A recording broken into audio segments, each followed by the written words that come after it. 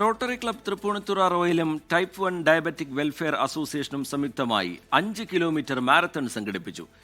Type 1 diabetic കുട്ടികൾക്ക് medical സഹായവും പിന്തുണയും നൽകുന്നതിനായാണ് വിസ്മയ് റൺ എന്ന പേരിൽ മാരത്തൺ നടത്തിയത്. എറണാകുളം ദർബാർ ഗ്രൗണ്ടിൽ 6:30ഓടെയാണ് മാരത്തൺ ആരംഭിച്ചത്. രാജ്യത്തിന്റെ വിവിധ ഭാഗങ്ങളിൽ നിന്നായി 1000ഓളം വനിതകൾ മാരത്തന്റെ ഭാഗമായി.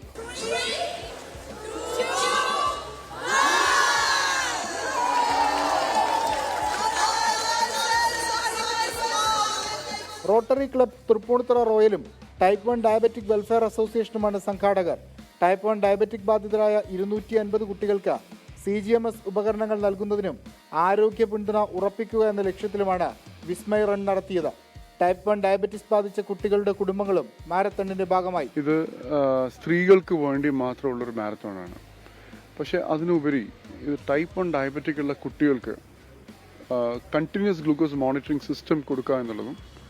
KMRL Loknath Behra, Flowers chief manager Usha Sreekandan Nair എന്നിവർ CGMS ഉപകരണങ്ങൾ കൈമാറി. Ernakulam MP Hibi Eden, rotary club district governor GN Ramesh, Tripunithura royal rotary club president Nishil Madathil എന്നിവർ ചടങ്ങിന്റെ ഭാഗമായി. 24 കൊച്ചി. ലോകത്തെവിടെയായാലും ഏത് സമയത്തും 24 വാർത്തകളും ഓഗ്മെന്റഡ് റിയാലിറ്റി പാക്കേജുകളും എക്സ്പ്ലെയിനറുകളും വിശദമായി കാണാൻ ഞങ്ങളുടെ YouTube ചാനൽ നിങ്ങൾക്ക് സബ്സ്ക്രൈബ് ചെയ്യാം.